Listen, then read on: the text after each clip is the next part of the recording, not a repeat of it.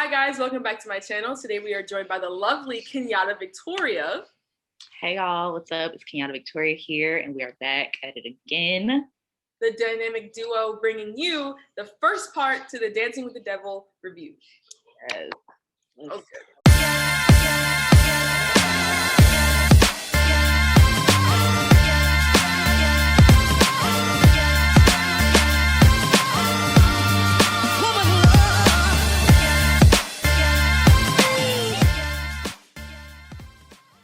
We have a lot to discuss. We have a lot to unpack.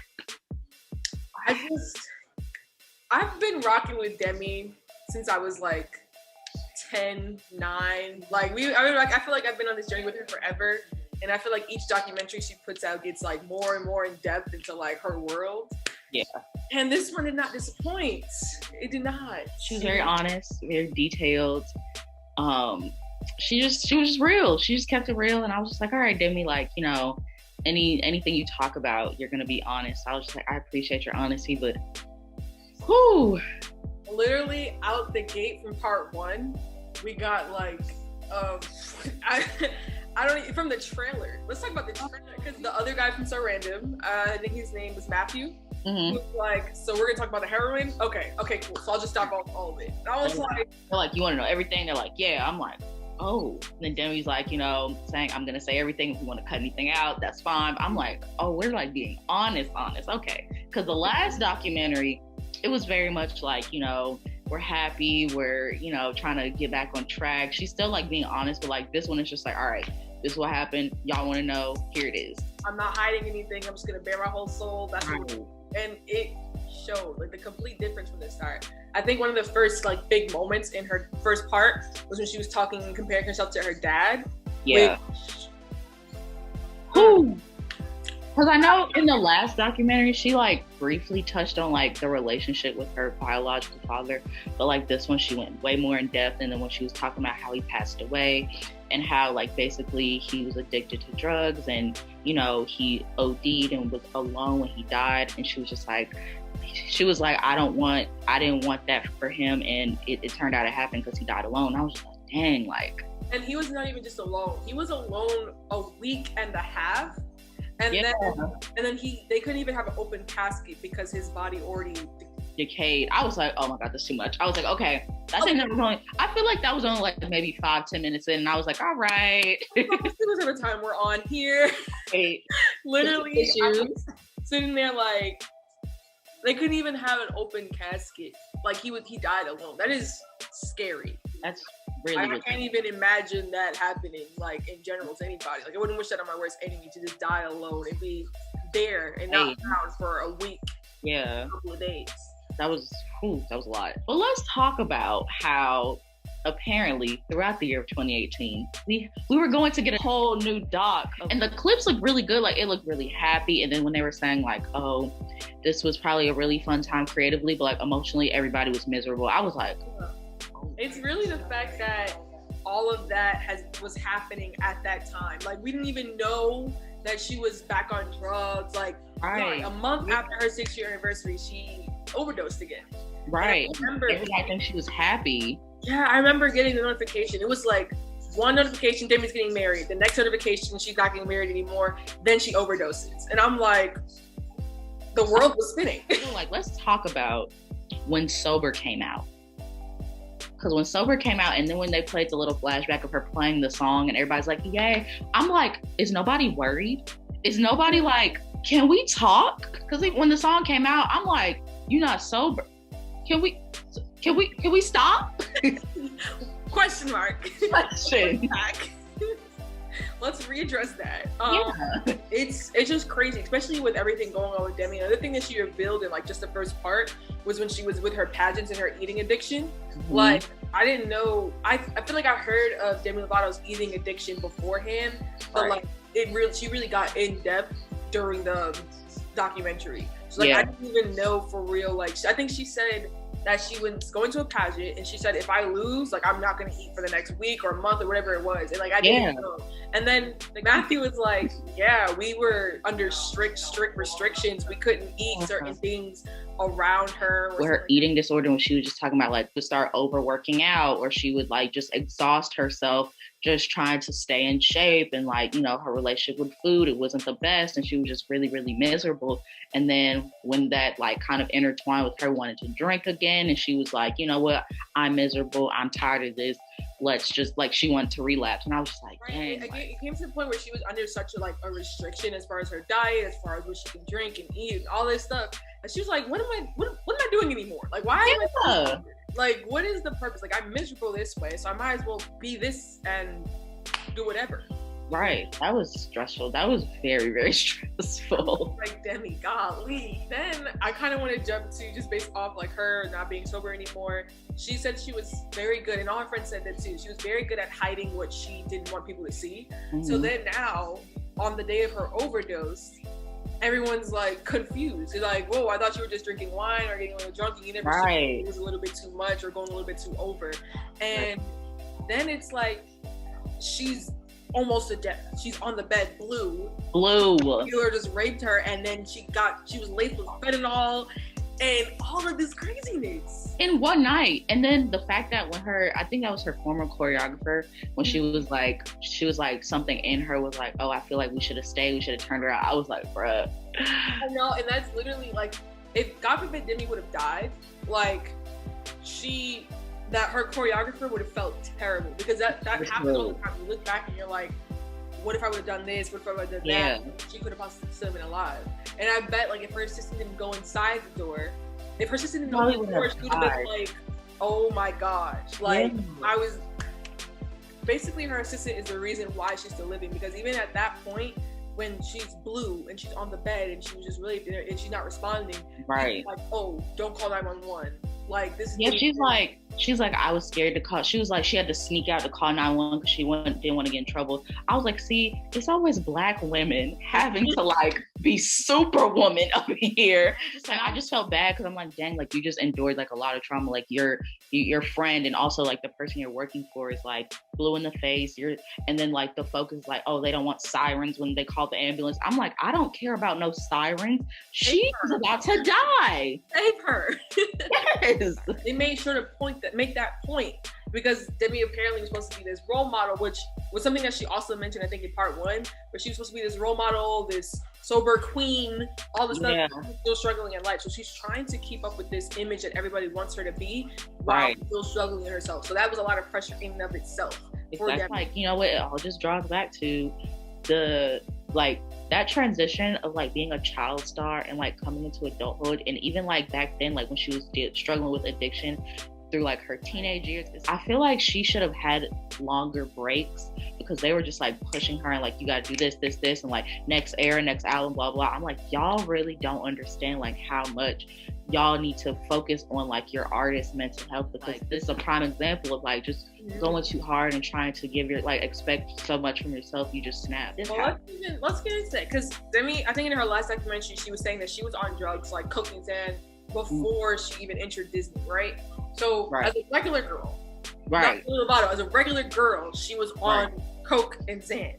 And then she gets all this money from Disney, and with the money from Disney comes a whole list of restrictions. And now she's thrown into this Jonas Brothers, Selena Gomez, Miley Cyrus, triangle affair. And she's like the queen, the princess. She's the princess of Disney. So she has this whole face, and there were purity rings involved, all these other restrictions that go along with the Disney title. All of that happened.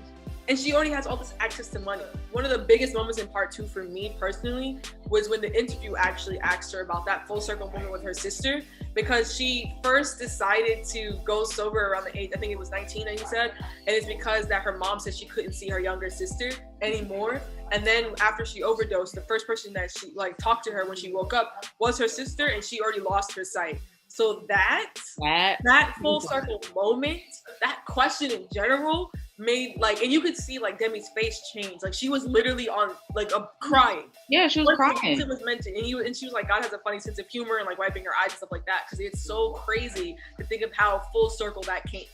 Right. And it's like now it's too late, because she's like, I have blind spots, I can't drive anymore. And I'm just like, dang, like this really like changed your life. Yeah, she said sometimes I'm pouring the water and it'll just completely miss the target.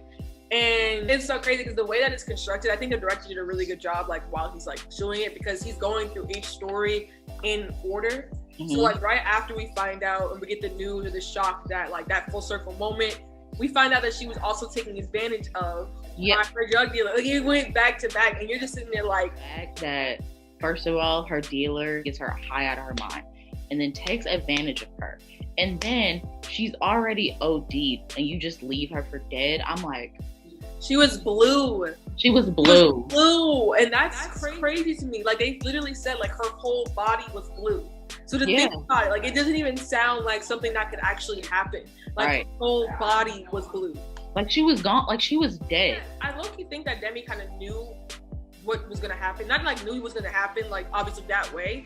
But I feel like she really wanted him to stay, because she was asking, like, hey, please, like, don't go, don't go. Like I don't want you guys to leave. So it's kind of weird and eerie in a sense. Yeah. She knew, like, if they left, like, subconsciously, I feel like she knew that if they left, something bad was gonna happen.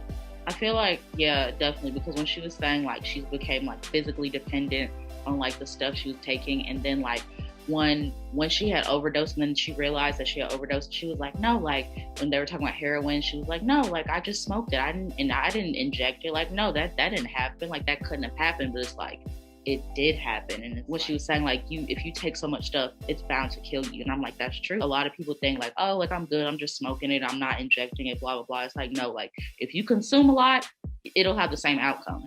Honestly, I feel like this needs to be the last go around. I think Demi needs to really get out the business. Like, this industry is not for her. Her mental health needs to be taken seriously. And I feel like we gotta, like, get her out the spotlight, because I don't think leaving the spotlight is gonna get her the reaction that she, like, you think that it might get her. Like, I don't think that if she were to leave and drop everything, because this is what she loves to do, this is what she's talented at and what she, like, desires to do. So if she leaves, I feel like it's gonna have more of a negative effect on her than if she stays. I don't know, because she, even in the uncut documentary, she was like, I'm miserable, I'm sad, like, I just feel like she's over it. But remember, in the documentary, she said she didn't work through any of those problems that she had, like childhood traumas and stuff like that. So she's been focusing on working on them to get to a better space. I don't think it's the music part of that she likes. I think that the music part of it, like, the money that she's getting and the recognition and the fame and stuff like that, that's like adding more onto it, because you get more access to certain things and you have money to do things and stuff like that. And then the pressure of always, it's not her performing, she loves her fans, she loves all of that, and she loves making music, because I feel like it's an outlet for her. But it's the other part, the childhood trauma, the stuff that she just pushed under the rug and didn't work through, that I feel like is what she has to work through, which I would say is what she needs to do. Like, instead of like cutting it off completely, like she's been doing for the past years, just stop focusing on herself. Like, put that first. And when you're good, then come back to the music that you love in a way that's healthy for you. So kind of like, I mean, Justin's under some fire right now, but kind of like how Justin Bieber's doing right now. Like, he stopped, he was gone for like maybe, I think 2, 3, if I'm not mistaken, maybe 5 years. It was a minute. Yeah, he was gone for a minute. Or like how Bruno does. Bruno puts out one album and is gone for half a decade. And we're like, sir. And then his music is so good that it rocks it rocks for centuries. And then he comes back, drops another hit, and like he's doing right now with Silk Sonic, and we know he's gonna be gone for the next 5 years. Like, I'm not even gonna expect him to get until 2025. Like, after the tour is done, that's it. Like, it's gone, Bruno. Right. So I think that's what she needs to do, more or less. Like, just put her mental health first and make sure that she consistently takes breaks and it's not back to back to back to back to back to back. I feel like the documentary, this was like a turning point of like, okay, like she's really talking about her problems and like speaking on her trauma, so it could just, you know, it could be out there and she can deal with it and then she can move on for real. And like they said, when she turned 28, it was like a major milestone for her, because she didn't like it. She didn't die like her dad. So it was like super incredible, kind of like to see that. And I think she has like a connection with butterflies too, to just see her in the garden and just all of that. I feel like it was very powerful for her documentary. So far, I give this documentary like 5 stars, because it's giving. 10 out of 10 for me. You already know the vibes. Like, it's really good. It's directed good, and I love the illustrations. That's what I forgot to mention. Yeah. The illustrations when they go off, even like just seeing Demi in the hospital room, like when she first wakes up, and while they're telling the story, I think that's like a really great thing to add, because it's a soft tone and you're showing what happened, but you're not you don't have the physical footage for Yeah. it. You're just So I feel showing like that would've been a lot. showing certain things, like the picture of her hospital room, kind of like, I really like that as in addition to the whole package. Right. I don't think we're gonna have any more. Hopefully, we don't have any more of these kind of situations with her, just because like this is like a real wake up call. Like she had 3 heart attacks, stroke, like all of these different things at once, and she's like, I don't think people realize how bad it was. Yeah. And girl, I did. You know, I knew it was bad, but I didn't know it was that. Like, I know it was intense. 3 strokes you not being able to see, like that's crazy to me. Right. That was scary. I feel like there's a lot of content coming out kind of surrounding this, which is good to me because it feels like we're talking about more about addiction for young adults. Yeah. Usually when I hear addiction, not saying that young adults don't have addiction, but it's usually pushed to like adulthood or later on. But it starts from like now. So like Demi's story is like detailing that from A to B, like how she got where she is now, and not just that she just tried drugs one day and she tried drugs one day and now I'm addicted to it. And obviously with Euphoria, which is the first place I heard fentanyl, with Euphoria, with Rue, it's just basically showing everything, how she was like 13 or 11 trying it with her dad with cancer, and it's basically like shining a light on the young adulthood and that it happens from there. It doesn't start off when people just overdose, it happens from there. So I think that's pretty cool too, that Demi's like using her platform to always kind of promote this stuff and promote mental health and promote like addiction is not something to play with. Yeah. Well, yeah, that's it for this video. I hope you guys enjoyed. Make sure to like, comment, and subscribe, and then visit Kenyatta's channel and catch up on all her stuff, and then wait for our 3 and 4 part 2 of Dancing with the Devil to be uploaded on her channel. And yeah, so I'll see you guys later. Yes. All right. Bye, guys. Bye-bye.